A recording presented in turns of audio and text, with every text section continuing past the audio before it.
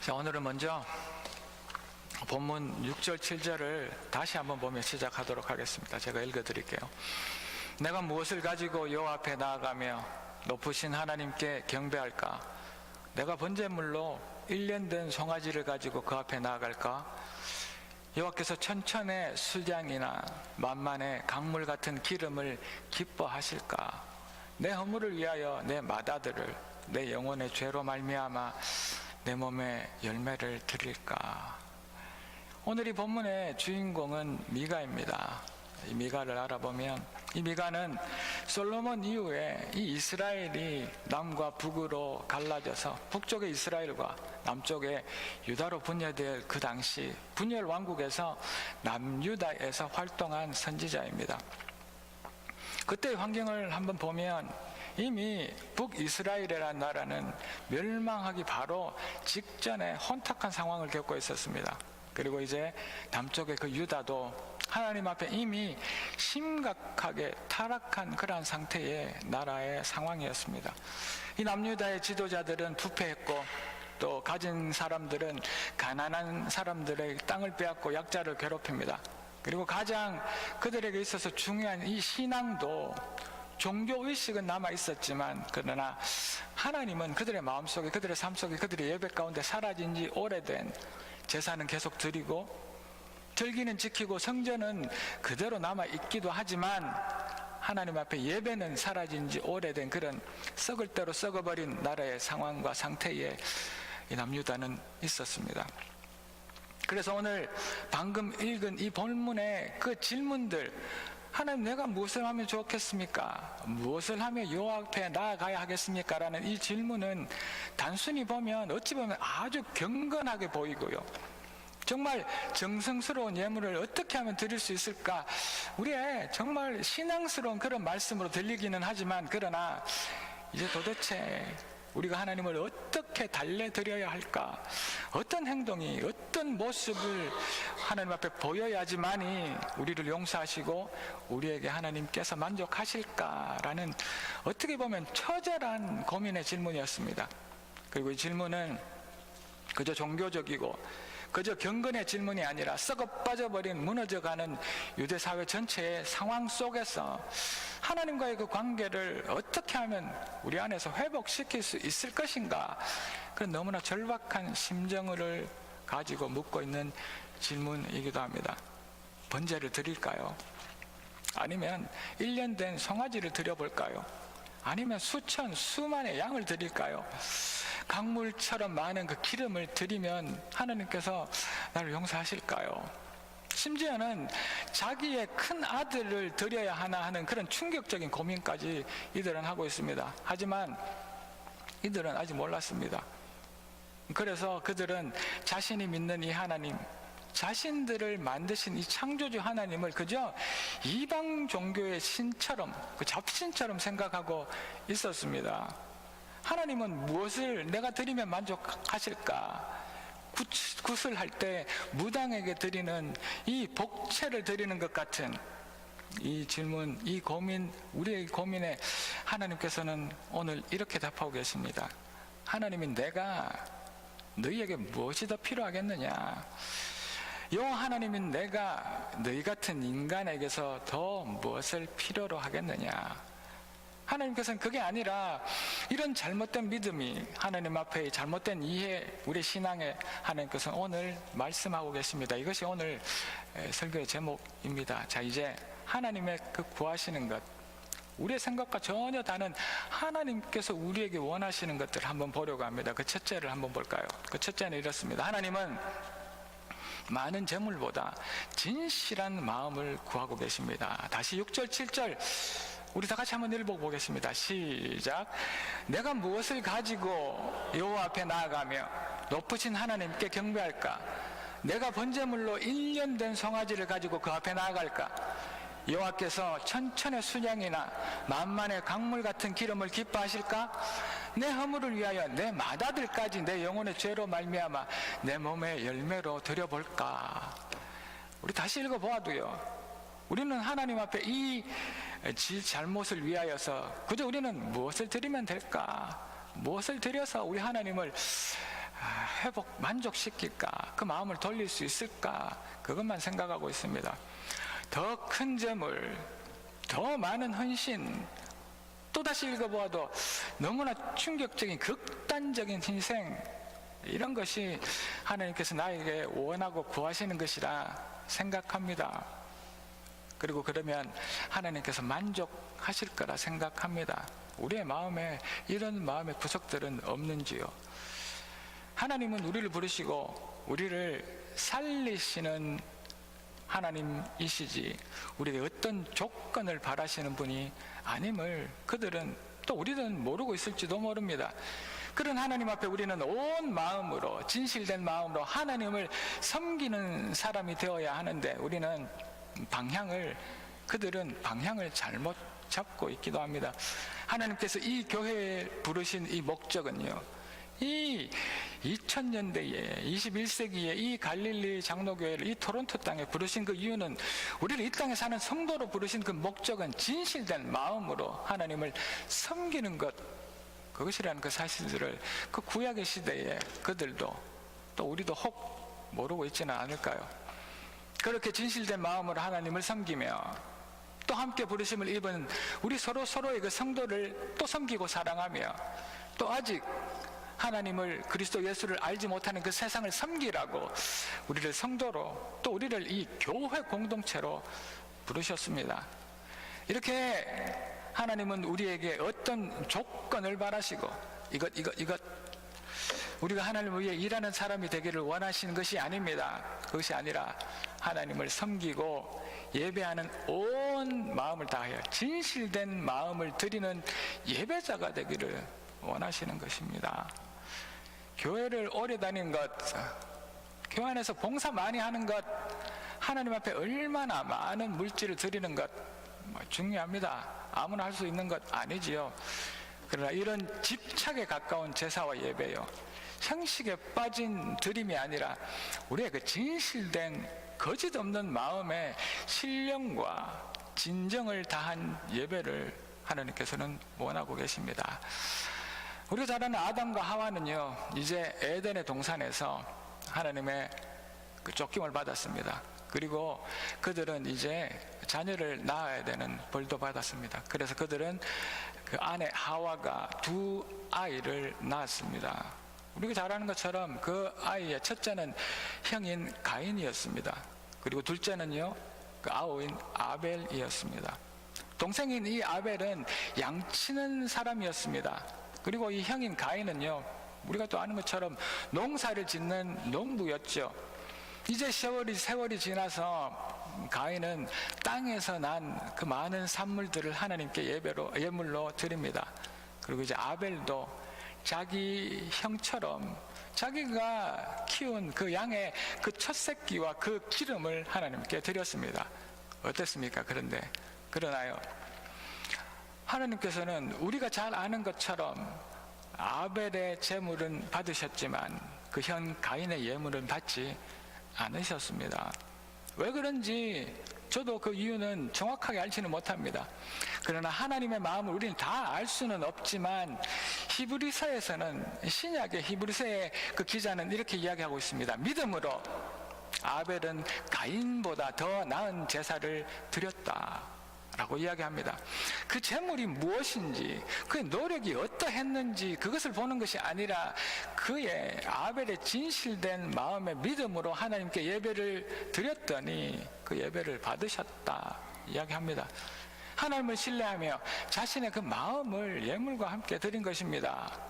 그의 마음으로 자신의 양의 첫 새끼와 기름을 자신의 마음의 중심과 함께 드린 아벨의 제사는 하나님께서 받으셨습니다. 그런데 우리가 어떻게 알 수 있겠습니까?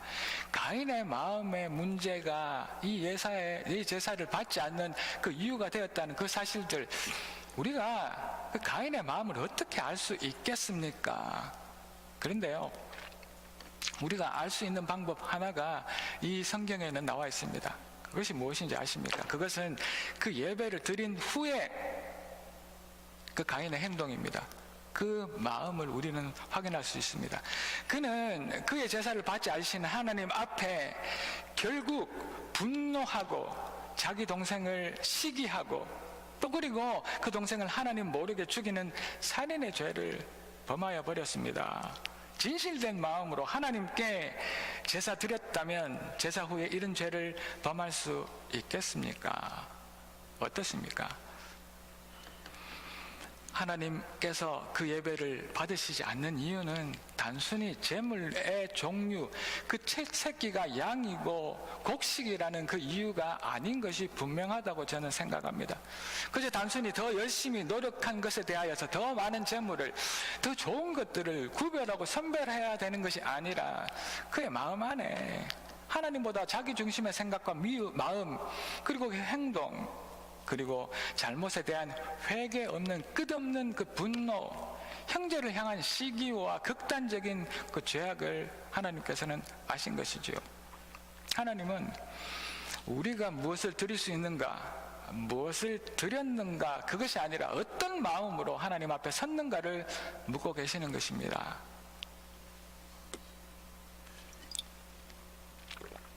그리고 하나님은 많은 재물이 아니라 진실된 마음을 원하십니다. 우리가 드리는 이 수많은 예배도 그렇지 않겠습니까? 우리가 지금 무슨 마음으로 이 예배에 앉아 예배 드리고 있는 것일까요? 하나님께 드리는 우리의 예배가 가인의 예배처럼 거절될 수 있다고 여러분들 한 번이라도 생각해 보셨습니까? 두려운 이야기 아닙니까? 그 이유는 우리가 우리의 드리는 이 손의 문제, 노력의 문제, 잘나고 큰 문제가 아니라 우리 마음의 문제일 것이 분명하기 때문입니다. 사람의 마음은 행동을 결정한다고 합니다.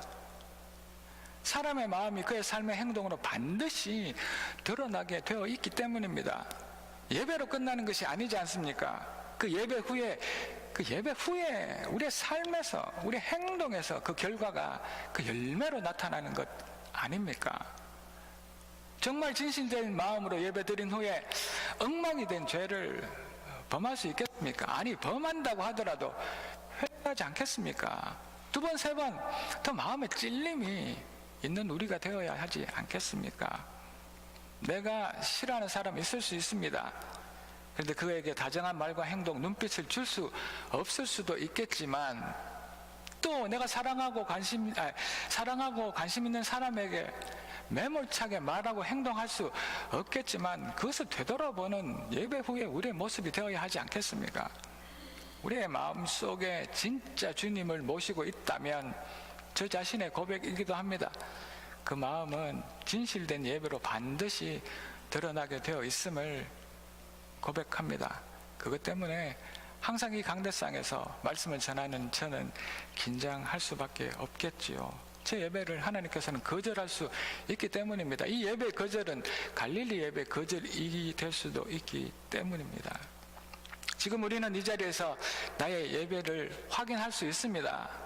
우리는 우리 자신을 볼 수 있기 때문이지요. 숨길 수 없습니다. 하나님과 우리 자신은 말입니다. 아벨처럼 죽음으로 예수의 피를 의지하여 예배 드리고 있는지, 가인처럼 자신의 분노를, 자신의 화를 이기지 못하며 형식적인 예배를 억지로 드리고 있는지 나를 돌아보는 그 은혜가 오늘 이 아침 우리 모두에게 있기를 주의 이름으로 축복합니다.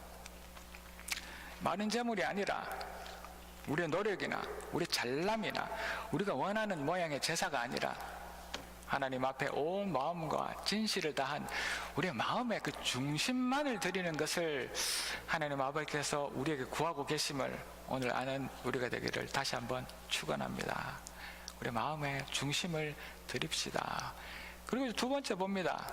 하나님이 구하시는 그 둘째입니다. 그것은 하나님은 예배하는 사람보다요, 물론 예배하는 사람을 받으시고 구하십니다. 그러나 그거보다 정의를 살아내는 사람을 구하고 계십니다. 오늘 본문 8절 한번 보겠습니다. 사람아, 주께서 선한 것이 무엇임을 이미 너에게 보이셨지 않느냐? 여호와께서 네게 구하는 것은 오직 정의를 행하고 또 인자를 사랑하며 겸손하게 네 하나님과 함께 행하는 것, 이것이 아니냐? 내가 이미 말하지 않았느냐? 미가 선지자의 이 시대의 백성들은 당연히 예배드렸습니다. 우리도 당연히 예배드립니다. 제사도 드렸고 그 제사를 위해 예물도 정성껏 준비해서 드렸습니다. 그런데 하나님은 그 예배를 기뻐 받으시지 않으셨습니다. 그리고 우리가 하나님께 무엇을 드릴까요? 이렇게 고민하고 나의 맏아들까지 드릴까요? 이렇게 극단적인 희생까지 생각하는 그들의 질문 앞에 그들에게 하나님은 말씀하십니다. 내가 이미 너희들에게 선한 것이 무엇인지 말하지 않았느냐? 그리고 내가 너희들에게 이미 원하는 것, 바라는 것 말하지 않았느냐? 근데 그것은 뭐냐 하면 너희들이 정의롭게 행동하고 사랑하고 겸손하여서 너의 하나님과 동행하는 것, 그것이라고 이미 내가 말하지 않았느냐? 예배는 있고 뭘 드리려고 하는데 그들에게 정의가 없지 않냐? 너희들에게 사랑과 겸손이 있느냐? 너희들은 정말 나와 항상 함께 하느냐? 성전에서는 거룩하지만 시장에서는 그 손이 사람을 속입니다. 입술로는 하나님을 말하고 찬양하지만 그 삶에서는 약한 자를 짓밟고 시기하고 질투하고 미워하고 분노합니다. 그래서 하나님은 내가 원하는 것은 종교 행위가 아니라 예배의 크기, 화려하고 많고 잘나고 딱딱딱딱 맞아떨어지는 준비된 그 예배가 아니라 정의롭게 살아내는 삶이라고 말씀하십니다. 그 백성들과 우리는 근데 궁금합니다. 도대체 무엇을 드려야 할까요? 어떻게 해야 할까요? 얼마나 더 잘 이 예배를 드려야 하나님의 마음에 맞을까요? 이것에 집중해서 궁금해합니다. 무엇을 드려야 하나님을 만족시켜 드릴 수 있을까? 그래서 우리가 조금이라도 용서받고 또 이 예배 가운데 내가 은혜를 되돌려 받을 수 있을까? 그것이 궁금할 뿐입니다. 그러나 하나님은 그 무엇에 관심을 가시지 않으십니다. 내가 이미 내가 좋아하는 것을 다 말했는데, 정의롭게 살라고 했는데 말씀하십니다. 하나님 앞에서 바르게 행동하는 것, 정직하게 살아가는 것, 다른 사람을 함부로 대하지 않는 것, 관계 속에서 공의를 선택하는 것, 이것이 하나님께서 예배보다 더 중요하게 생각하시는 것이랍니다. 신앙은 예배당 안에서의 우리의 모습만은 아닙니다. 그래서 우리의 신앙은 우리 자녀들, 나의 배우자들을 통하여서 우리는 분명히 알게 됩니다. 나의 배우자와 나의 자녀가 나를 대하는 신앙의 모습을 보십시오. 그것이 하나님께서 우리를 보는 그 신앙의 수준입니다. 내가 사는 삶의 터전에서 하나님이 보신다고 생각하지 못하는 그 깊숙한 내 삶의 장소에서의 나의 모습, 태도를 포함하는 것이 신앙입니다. 그래서 우리 자녀를 보면, 나의 배우자를 보면 나의 신앙을 거울처럼 알 수 있는 것 분명합니다. 진짜 나의 모습은 아무것도 없는 나 혼자만 있을 때의 그 모습이 나의 모습입니다. 그것은 하나님과 나만이 알 수 있습니다. 말씀을 읽는다 하여도, 내가 기도한다고 하여도, 예배 드린다고 하며 나를 속일 수는 있어도 우리 하나님은 속일 수 없습니다. 하나님께서는 지금도 우리의 삶 구석구석 CCTV를 마련해 놓고 시퍼렇게 눈을 뜨고 보고 계십니다. 하나님은 이 주일 예배만의 모습을 보시는 것이 아니라 나의 월요일의 삶도 지켜보고 계십니다. 하나님께서는 나의 이 주일 예배의 이 모습, 경건한 모습만 보고 계시는 것이 아니라 나의 화요일의 모습, 수요일의 모습, 나의 주중의 모든 삶을 보고 계십니다. 하나님이 말씀하시는 이 정의로운 삶이라는 것은 이 세상을 살리는 거창한 그러한 것들이 아니라 내 삶 구석구석에서 내가 하는 작은 선택에서부터 시작합니다. 오늘 보면 11절, 12절을 한번 보도록 하겠습니다. 내가 만일 부정한 저울을 썼거나 주머니에 거짓 저울추를 두었으면 깨끗하겠느냐? 그 부자들은 강포가 가득하였고 그 주민들은 거짓을 말하니 그 혀가 입에서 거짓된단다 얘들아. 그들이 시장에서요 속이는 저울을 사용하고 거짓말로 속이고 부정한 재물을 남몰래 쌓아가고 또 폭력을 행합니다. 이 모든 것이 무슨 거창한 나라를 살리는 그런 행동이 아니라 우리 일상에서 일어나는 우리 삶의 문제들 아닙니까? 우리의 문제 아닙니까? 우리가 사는 삶 속에서 순간마다 거짓 없이 속임 없이 나만 생각하는 것 없는 것을 선택하는 것을 하나님 원하시는 그 정의로운 삶에서부터 시작된답니다. 하나님의 말씀에 우리 자신의 모습을 비추어 보아야 합니다. 말씀을 듣고 읽을 때마다 쏟아지는 하나님의 그 진리의 빛을 우리가 경험해야 될 줄로 믿습니다. 진리를 깨닫고 나 자신을 인식하는 것, 내가 나 자신을 알아가는 데서 아픔과 회개하려는 마음이 있어야 합니다. 누군들 잘못이 없겠습니까? 누군들 실수를 하지 않고 누군들 죄를 짓지 않겠습니까? 그러나 그 죄를 짓고 그 난 다음에 우리의 모습, 아픔이 있어야 하고 찔리는 회개가 있어야 할 줄 믿습니다. 하나님이 교훈하시고 책망하시고 권하시고 가르치는 것을 깨달아 그리고 그 난 다음에 우리는 예배드리는 삶을 살아가는 예배자, 찬양자가 되어야 할 줄 믿습니다. 우리가 우리 자신을 돌아보지 않고 이 예배 자리에서 형식만 되풀이함으로 드리는 이 예배가 그저 값싼 은혜의 도구로 생각한다면, 은혜 받으려고 예배드리면 하나님께서는 이 예배를 거절하실 수도 있습니다. 그것이 두렵습니다.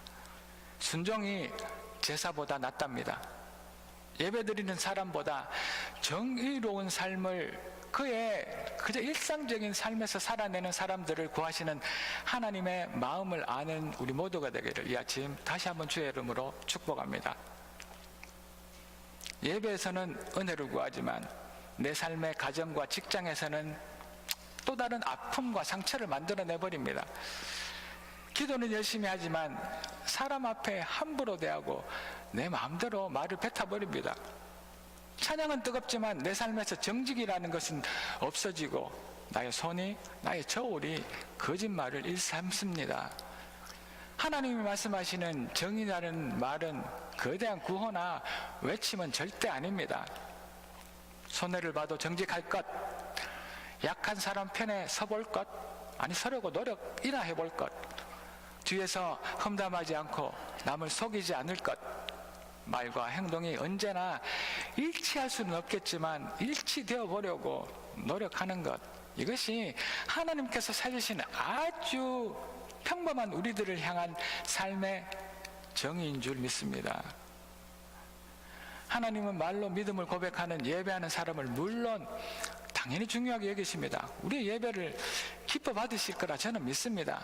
그렇지만 그보다 삶으로 하나님의 나라를 그저 우리의 선 그 자리에서 하나님께서 허락하신 삶의 터전에서 드러낸 그 사람을 더 기뻐 찾으신 줄 믿습니다. 이 은혜가 우리에게 있기를 주의 이름으로 축복합니다.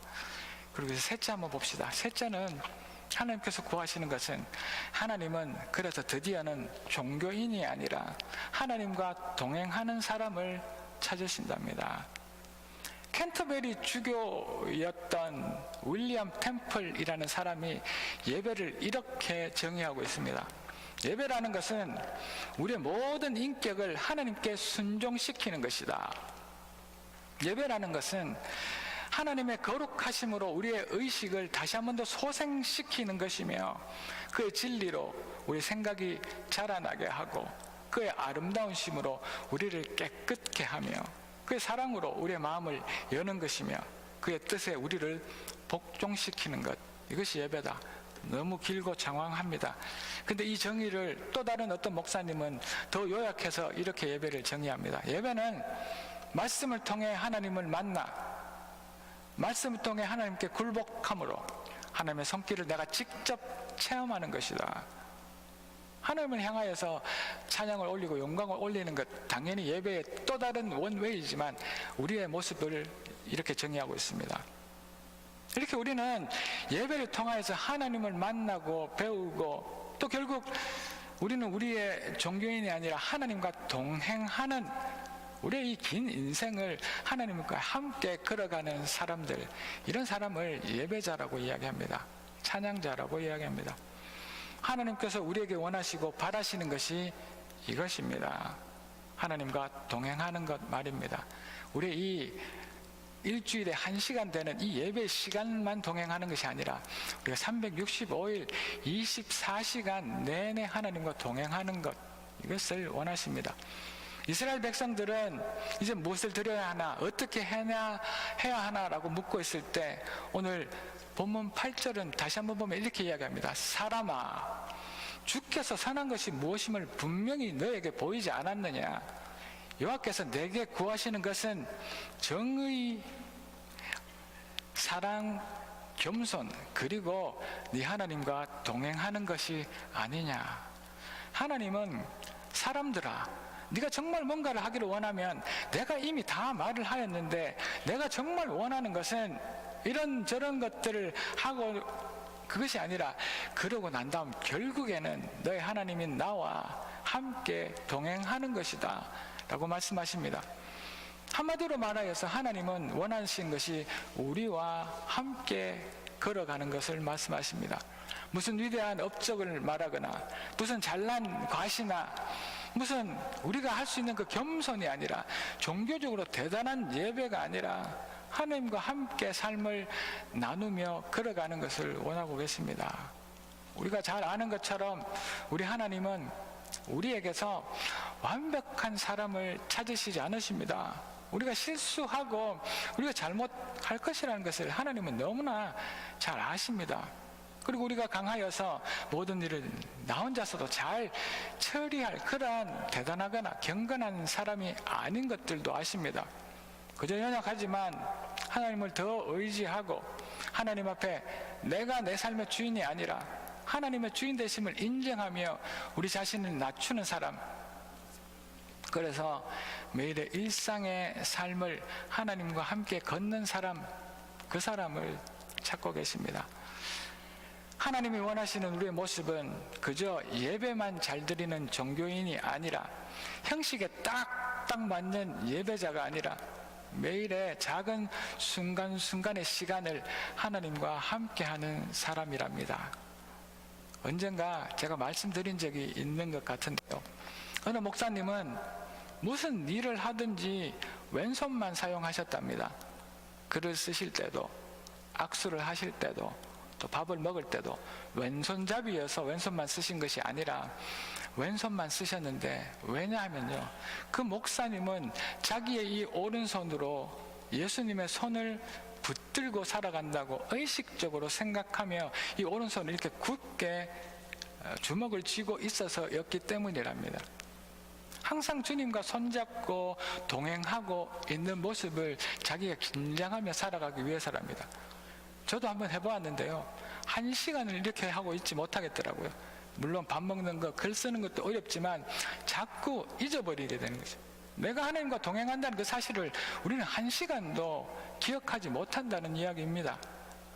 우리가 가장 힘들 때 우리를 업고 우리를 안고 가시는 주님을 항상 의식하며 살아가는 것, 너무 약하지만 너무 힘이 없어서 아무것도 혼자 할 수는 없지만 예수님과 동행하는 예수의 내가 등에 업혀 살아가고 있다는 그 삶을 우리는 금방금방 잊어버린답니다.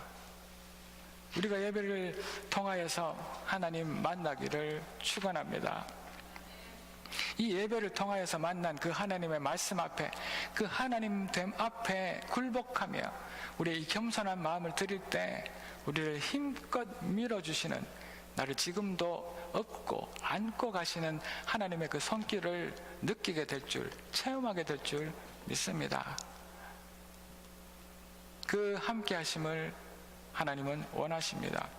그리고 그 항상 함께 하심으로 우리는 또 그분의 손길을 힘입어 이 세상에서 이 고된 일주일을 살아내는 힘을 얻게 될 줄 믿습니다. 하나님은 우리가 하나님과 가까워지기를 원하는 것, 이것을 원하십니다. 하나님은 뭘 달라는 것이 아니라 우리가 하나님의 마음을 더 잘 알고 싶어 하는 것, 이것을 원하십니다. 이 세상에서 죽음 없이 하나님께로 간 사람이 한 사람 있습니다. 누군지 아십니까? 그 사람의 이름은 에녹입니다. 우리 소망에 또 저도 이 에녹이 부럽습니다. 왜냐하면 죽음 없이 하나님께로 갔기 때문입니다. 창세기는 에녹의 말을 이렇게 이야기하고 있습니다. 에녹이 하나님과 동행하였더니 하나님이 그를 데리고 가심으로 세상에는 있지 않았더라. 하나님은 에녹의 그 어떤 업적이나 대단한 일보다 그가 하나님과 함께 걸었던 삶을 더 기억하고 좋아하신 것입니다. 그래서 죽지 않고도 그 죽음의 고통과 두려움을 당하지 않고도 하나님과 함께 하나님께로 갔습니다. 성경에는 에녹이 무슨 대단한 일을 했다고 나와 있지도 않습니다. 그저 그가 하나님과 동행하였더니 하나님께서는 그에게 죽음을 보지 않게 하시고 그를 데리고 가셔서 세상에는 없는 사람이 되게 하셨다. 이 은혜가 오늘 이 아침 우리 모두에게 있기를 주의 이름으로 축복합니다. 사랑하는 성도 여러분, 그래도요 미가의 시대의 사람들은 다행이라 생각합니다. 왜냐하면 그들은 자신들의 잘못을 알아서 내가 이런 잘못 때문에 하나님께 무엇을 해야 할까 죽도록 고민이라도 하고 있지 않습니까? 그래서 그들에게 다행입니다. 우리도 이런 고민이라도 할 수 있기를 축원합니다. 자, 그러나 이제 우리는 하나님은 그보다 우리에게 무엇을 원하고 계심을 알아야 합니다.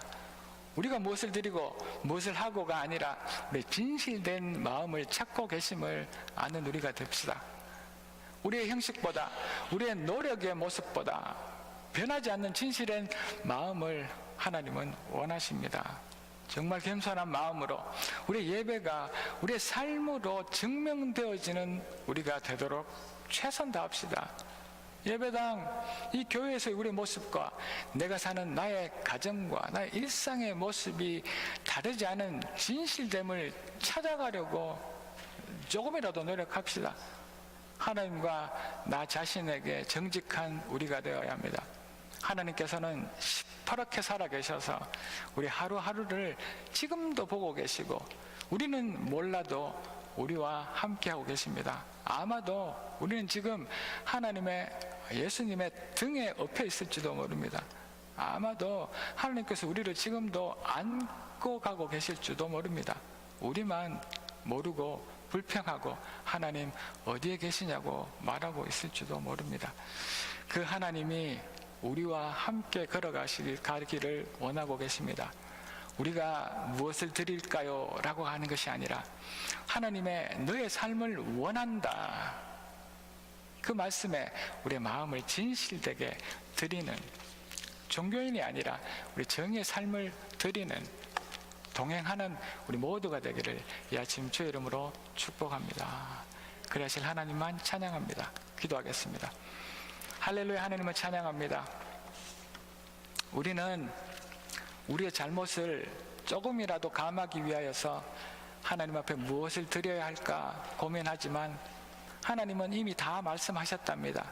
무엇이 선하고 우리의 삶 가운데 정의롭고 겸손하고 사랑하며 하나님과 동행하라고 말씀하셨다고 합니다.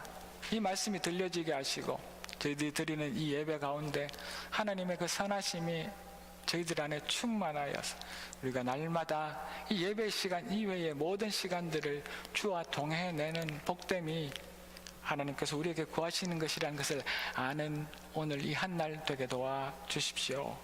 그리하실 하나님만 찬양하옵고 모든 말씀 살아계신 예수 그리스도 이름으로 감사드리며 기도 올리옵나이다. 아멘.